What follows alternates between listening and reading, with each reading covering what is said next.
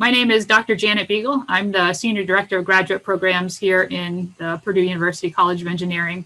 Really excited that so many of you were able to take advantage of this event. Like I was saying just a little bit ago, first time that we've been able to do the Grad Expo on a virtual platform. It's been a learning curve for all of us, but it's been really fun to be able to connect with so many of you that might not have ever been able to come to Purdue's campus in person, how we normally hold this event. But we were able to connect with you online. And so that has been a lot of fun. And hopefully it's been informative for you and you've been able to get a lot out of this as well. The first thing that I want to talk about is the application fee waiver. This is something that hopefully you're all aware of, and we've had a couple of questions on it. So if you are interested in applying to Purdue University, you can apply for free with a fee waiver because you attended this Big 10 Plus Grad Expo. And the information for how to do that is listed on the Grad Expo website. So that's the main website where you registered and where the main schedule is purdue.edu/Grad Expo. Underneath the event content, you'll see these instructions that I've got on my screen currently. And what's going to happen is the Grad Expo Planning Committee is going to be sending out a survey, an evaluation survey of the event. And as part of that, there will be a link to this information for how to get your application fee waiver. You do need to submit your request for the application fee waiver by October 21st. And I had a question earlier on the interactions that you have with the different recruiting institutions, what that needs to look like, how do you report that? All of that will be explained in the form that you fill out, and you just need to indicate who you talked to, what your interactions were. And the goal of this, was just to ensure that the individuals who are requesting this fee waiver actually came to the event and got some useful information out of it. And that's just a reason that we set these steps in here for you to do. So we just ask you to complete that form by October 21st, and then you will have that fee waiver. Another common question I got is how long is that fee waiver good for? It is good for 2 years. So if you are someone who's in the process of applying now for this year, then you can certainly use it this year. If you still have a year before you plan on applying, you can also use this application fee waiver next year. If you happen to be a younger student or somebody that is still a few years out from applying to grad school, even longer than that, then the fee waiver will expire after 2 years, but you can always come back to a future Big 10 Plus Grad Expo and get another fee waiver at that point if you need it. So hopefully that provides a little bit of guidance on some of the fee waiver applications and what is needed. All right. The next things that I really wanted to talk about is just your next steps. And the first part of that is to go ahead and start making your checklist. I'm going to give you a few bullet items here that I hope you have on your checklist, but I want you to really take some time either today, before the day's out, definitely this week, to sit down and really think about what are your personal next steps, right? Hopefully you've made some contacts and we want you to follow up with those. So those individuals that you talk to, that you'd be interested in continuing a conversation, make sure you're reaching out to them within the next couple of weeks while this event is still fresh in everybody's mind. And so that you've got that information ready to be able to engage with them. And then also think about those that you didn't have a chance to talk to. So hopefully you've learned some things over the last day and a half, and perhaps there are universities that you're interested in that weren't represented with the Big 10 Plus Grad Expo, but hopefully based on your conversations with faculty here, you have some ideas on how to start those conversations at other universities as well, or how to email them, how to look for the graduate administrators that are running the programs. And so that's part of your list that you should be putting together specifically for you. What are those programs that you're interested in, and who are those individuals that you would still like to reach out to? Perhaps there are faculty members here at Purdue that you had a chance to talk to. Perhaps you went to some of our presentations or information sessions. Maybe you got to talk to them in depth, but maybe you just kind of talked to them in passing. Now's a great time to follow up. This is a great door opener to be able to say, yeah, I saw your presentation at the Big 10 Plus Grad Expo, or, I talked to you just briefly at the Big 10 Plus Grad Expo. I'd love to continue our conversation, and then be able to ask them questions either about their research or about their program or anything else that you have in mind for that. And then again, there's a lot of faculty members that were not represented here at the Big Ten Plus Grad Expo. Certainly not every faculty member was able to take time out of their schedule to be part of the event last night or today. And so this is still a great door opener for you to be able to email some of those individuals that you find on the website that are doing work in an area that interests you, to email them and say, hey, I didn't have a chance to talk to you at the Grad Expo, but I'd love to learn more about what you're doing. So put together your list. That should be one of your checklist items. Who are those individuals you want to follow up with? And then definitely keep learning.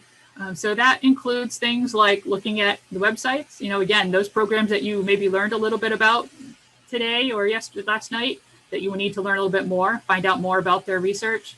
Perhaps individuals have mentioned other programs, other universities, different things that have piqued your interest. Start taking a look at those and keep learning what you can about those programs, about the application process. And then watch for videos of any of the sessions you missed. So we have tried to record all of the presentations that we did here in Purdue Engineering over the Grad Expo. And once we get those all collected together, and we hope to get them all subtitled and closed captioned, then we will be posting those, and we will send out an email with the links to all of those videos to everybody that registered for the Grad Expo. And so if there were sessions that you wanted to attend and you weren't able to, we know there was a lot of stuff happening simultaneously, especially today, then definitely watch for those videos, and that information will still be there and you can get that. So it will probably take us a little bit of time. There were a lot of sessions that we need to get edited and get closed captioned, but hopefully we will get that within the next few weeks and out to everybody. So keep an eye out for that. And then as you are thinking about the conversations that you'll have with others, also think about not just those people that you want to meet going forward, but also the people that are already in your network. What faculty do you have at your home institutions, or have you met now through this event, that you could continue a conversation and ask them what advice do they have for you as you're preparing for graduate school, as you're preparing for your graduate application? And what programs do they recommend? And why? What are some of those things that you should be looking at and thinking about? And then another resource, hopefully you've had a chance to talk to some grad students and make some connections there. But if not, again, at your home institution, if you are still a student someplace and there are grad students there, talk to some of those grad students and ask them, why did they go to grad school? What advice did they have? How did they identify what program to apply to, what faculty member to work for? And what are some of those questions that they recommend you ask as you start exploring your graduate application process? These can be grad students at your home institution now. Perhaps you're someplace and there you have classes where you have TAs, or you may be doing undergraduate research and there's grad students in the lab. Start a conversation with them about this. This can also be grad students at universities that you're looking at. Perhaps you met some grad students at the Grad Expo that you could follow up with, have some conversations with, but you can also look on the website, look in those research groups that you're interested in, look in those programs that you're interested in. A lot of them will list the grad students that are part of that program. And it's okay to send them an email and say, hey, I'm thinking about applying, or I'm in the process of applying. Would you be willing to answer a couple questions, and just ask them a couple questions that they can email back to you. As you're thinking about your timeline, I've got just a couple of slides here because your next steps will vary a little bit depending on where you are in the process. And I call this freshman and sophomore, but it doesn't necessarily have to be freshman and sophomore. Some of this can just be, you're still a couple of years out from your graduate application process. And the big thing here is not to wait. Even if you're not planning on applying to grad school for a few years, now is still the time to get started in learning some of these things about how to prepare for grad school and how to put together a competitive application. It's also a great time, if you are still an undergraduate, to develop relationships with professors who you want to be able to write letters of recommendation for you, and to begin what I call an accomplishment document, which is like once or twice a year, you should be sitting down and listing out some of your major accomplishments from that time period, so that you have a list of things that you've done that you can then talk about when you're going either for interviews, or when you're writing up your statement of purpose, or when you're just talking with faculty about some of the things that you've done and where you want to go with your career. It's amazing the things that you can learn in a class, whether it's new techniques that you're learning in class, new subject matter, new skills, things that you're doing in your jobs that you have. all of those types of things, think about them in terms of the skills that you're developing and jot those things down in this document, because it's amazing how when you go to actually apply or when you're talking to somebody, you start to forget about some of those little things that you've done that paint the full picture of all your accomplishments. But if you have this document started where you just have these rough notes of everything that you've done, then it's easy to pull that up and have that as a starting point for your conversations. Definitely look for summer research opportunities. Purdue has some that are open to both Purdue and non-Purdue students. These are paid research opportunities to be able to come and conduct research with faculty members. Excellent way to see if this is something that you want to pursue. And then start learning about different graduate school programs. As you are getting closer to the application, then you want to be thinking about the types of research, the types of courses that are going to prepare you for the program you're thinking about for grad school. It's the time to really start visiting universities, grad fairs like this one, conferences like this one, to start to learn more information. And then start identifying that pool of schools that you're really getting serious about that you think you might want to apply. I usually recommend somewhere from 4 to 7 is a good pool to start really researching and thinking about and learn what those application requirements are. That summer before you're getting ready to apply, again, try to participate in summer research if you can. Start taking those standardized tests. I know this year there's been a lot of question about standardized tests because of the pandemic. There are some programs that are waiving GRE requirements, so that's something to be aware of and to check with your programs. And then start drafting your statement of purpose. And then, of course, by the time that you are a senior, then it's time to apply. The most common entry term is fall, and those application deadlines usually run somewhere between the November to January timeframe. So it's important to stay organized, to watch those deadlines, to know when you need to get your application in by, and to recognize that those application deadlines mean the full application, right? So not just the online piece that you can go in and type out and click submit, but you need to have time for your test scores to arrive, any of your transcript, your letters of recommendation, all of that supplemental material also needs to be in by the deadline. Make sure that anybody that's writing a letter of recommendation for you, keep in touch with them. Make sure you're sending them a thank you note, letting them know when the application is complete and when you get admitted, where you decide to go. And then just to give you an idea of the timeline here, and again, this is for a fall start. There are programs that have a spring semester start as well. But the typical time frame is that application deadlines will fall somewhere between the November and January timeframe. A lot of programs start making decisions in the January to March timeframe, and will usually ask you to accept an offer of admission by April 15th. It can vary by program. You have to really watch the specifics, but that gives you an idea of what the overall timeline looks like as you go through that. A couple of helpful websites that I want to just put up here, and then we'll take a look at any questions that you're putting in. Our main College of Engineering graduate program website is there. It's just engr.purdue.edu/grad. That will take you to our main landing page, and from there you can branch off and learn all kinds of stuff about graduate education in Purdue Engineering. If you're looking specifically to learn about a particular program, this next URL is just a little bit longer. You just put the grad programs on the end. That one is going to take you out to a listing of all of our different degree offerings. So we've got 13 different schools of engineering across the college. We also have online programs. We have both non-thesis, thesis master's degrees, PhD programs, as well as professional masters, and again, the online programs. So there's a lot of different opportunities, a lot of different combinations that you can do. And so that's a great website that starts to lay out what some of those options are so that you can take a look at those. And then our general website, that comes, or our general email, this comes to our team here that has sponsored the whole Purdue Engineering part of the Grad Expo. Any general questions you have, that can be a great email to send to. We often don't have, again, the specific answers, but we will put you in touch with the person that will, so we can help direct you if you're not sure who to reach out to. Then that can be a good starting point. All right, I will take a look and see what we have here for any questions in the chat, or if anybody on my team here has seen some questions come in that you think we should address, feel free to shout them out and I will try to answer them. But I do, just kind of in closing, before I start to take some of the questions, just want to kind of reemphasize that we hope you did get a lot out of this event. I think there was a lot of really good information. Take some time to digest it. Take some time to really think about what your next steps are and to put together that checklist for you personally of what you need to do. And we do hope that sometime we'll be able to see you in person on Purdue's campus. Hopefully you got a little bit of a flavor of what Purdue is like, but it's always fun to be able to come in person and actually be able to see it for yourself. Janet, there was one question in the chat that was about how many applications a student can submit if they're interested in multiple majors.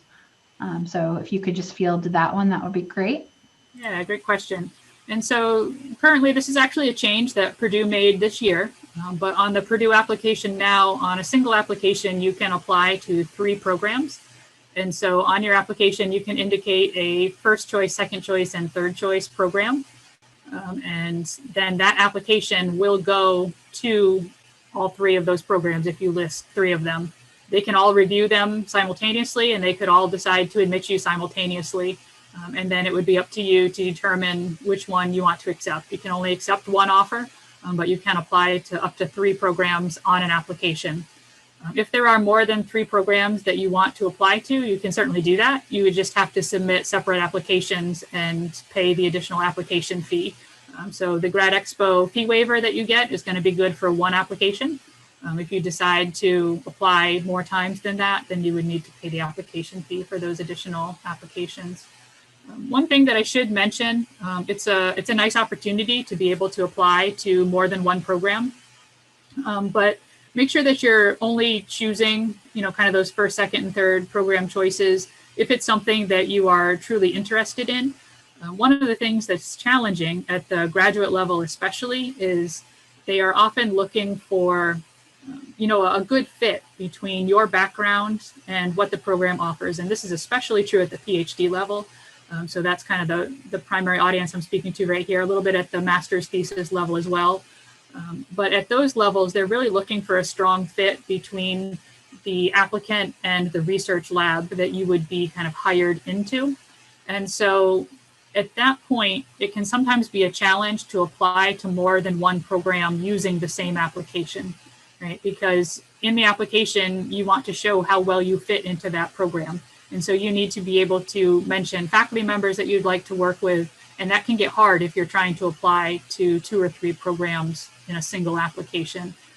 And so this is a little bit of a personal judgment call, but unless you're truly interested in multiple programs, it's better to just kind of apply to 1 and really focus on that and indicate where your interests are. There are a lot of programs that have overlap. And there's faculty that have joint appointments in multiple disciplines. There's a lot that happens kind of in the biomechanical area where there's faculty in biomedical, there's faculty in mechanics, a lot in the propulsion area. Those of you that were in some of those sessions, there's faculty in mechanical engineering, there's faculty in aero, some of the explosives work, there's faculty in chemical engineering as well. And so in some of those areas, there's enough overlap where it makes sense. And it's easier to put together an application that says, I'm interested in this area. I'm applying to both this program and this program because they both do work in this particular research area. So I hope that makes sense. That's kind of a long answer to what was really a simple question. But I hope that gives you some context of what that application process is like and things to think about when you're deciding, should I list 3 programs or should I list, just 1 or 2 that I'm really interested in? And again, that's primarily at the PhD level that I would encourage you to really think hard about that. If you're looking at more of the professional master's programs or the non-thesis where it's a little bit more course-based, then it's not as critical because in those instances, it's not as much of a one-on-one with faculty. You really are looking more at the program level. Excellent. And Janet, I think you might have already answered this question, but I just want to make sure that it's nice and clear in terms of the application fee waivers, if they're valid for multiple years. So one student is a junior and they would be applying in fall of 2022. Can you just confirm that the application fee waiver would be still applicable? Yes, and it would be. So the application fee waiver is good for 2 years. I believe the official way it's written is that you can use it for up until December 31st of 2 years following the event. And so as long as you apply, let's see, it's 2020 now. So as long as you apply by December of 2022, then you will be okay. Another question that I know a number of students had was, in terms of next steps, if they are interested in applying for this upcoming year, do they start reaching out to faculty now? What's the best way moving forward in terms of if a student's interested in a PhD program, should they reach out to faculty now or should they wait until after their application is in? Yeah, and it's definitely a good idea to begin reaching out to faculty members, even if you haven't quite yet applied. It's entirely possible that you will not get a response back. Faculty are very busy. Sometimes they'll wait to see your application actually come through. But I often tell students it's amazing to me how much faculty remember. So even if you don't get a response, it doesn't mean that they didn't see your email. It could just be that they just didn't have a chance to reply. And often then what happens if you've reached out to them, then when they do see your application come through, that triggers something in their memory that, oh, I remember this student reached out to me and was interested in my research. I should go back and look at that email. Or they just kind of remember, I remember this student was proactive in reaching out to me, and that's typically seen as a positive thing. And so it's perfectly fine to be emailing faculty members, let them know that you're in the process of applying or you're getting ready to apply, ask them about their research, ask them if they plan on taking students into their research team, for that next year, the year that you're applying. And then at the same time, go through the application process. And then after you've applied, if you haven't heard from the faculty member, then you can reach out a second time and let them know, hey, I just submitted my application. I just wanted to let you know, I mentioned you in my application. I'm still really interested in your research. Could I ask you some questions? Could we set up a time to talk? Those types of questions are perfectly good to reach out to a faculty member, let them know that you're interested. And again, sometimes at that point, if they don't respond to kind of your first inquiry, once you have applied and you kind of reach out a second time, then they often will go and take a look at your application and then start a conversation with you at that point. There's a question in the Q&A, and this might be more for content that the graduate school has posted on the Grad Expo website. But the question is will the online webinars, virtual workshops, and articles be available on the Grad Expo website after the event? If so, how long will these resources be available? Yeah, and I don't know how long those are going to be available. I will have to check with the Grad Expo at purdue.edu. If you send an inquiry to that email, they'd be able to tell you how long that information will be posted for. I do believe it's going to be up there for a little bit. I don't think they're pulling it down like today or anything like that, but I don't know how long they're going to leave those videos up for. Another question. So if a student is not a senior and not currently applying to graduate school, but they're interested in gaining more research experience through summer research, what does that timeline and process look like for applying for summer research opportunities? Yeah, great question. I probably should have talked a little bit more about that in kind of the next steps. That timeline is actually fairly similar to the application to grad school timeline. So a lot of summer research programs have applications in the December and January timeframe for that upcoming summer.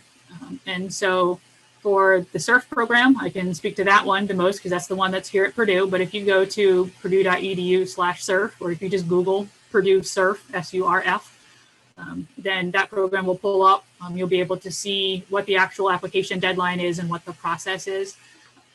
And then other universities will also have summer research programs. You can Google like NSF REU. REU stands for Research Experience for Undergraduates. That's another common program that happens.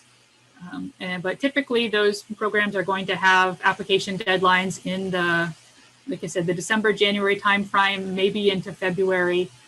Often it's an online application that you fill out along with a statement of interest or some kind of short essay talking about why you're interested in doing this program, as well as a letter of recommendation and a copy of your transcripts. Those are pretty common materials. It can vary program to program, but just to give you a rough idea of what that application typically entails. And so then typically by, if the deadlines are kind of December, January, February timeframe, you usually start to hear in the March to April timeframe. And then the programs will typically run over the summer.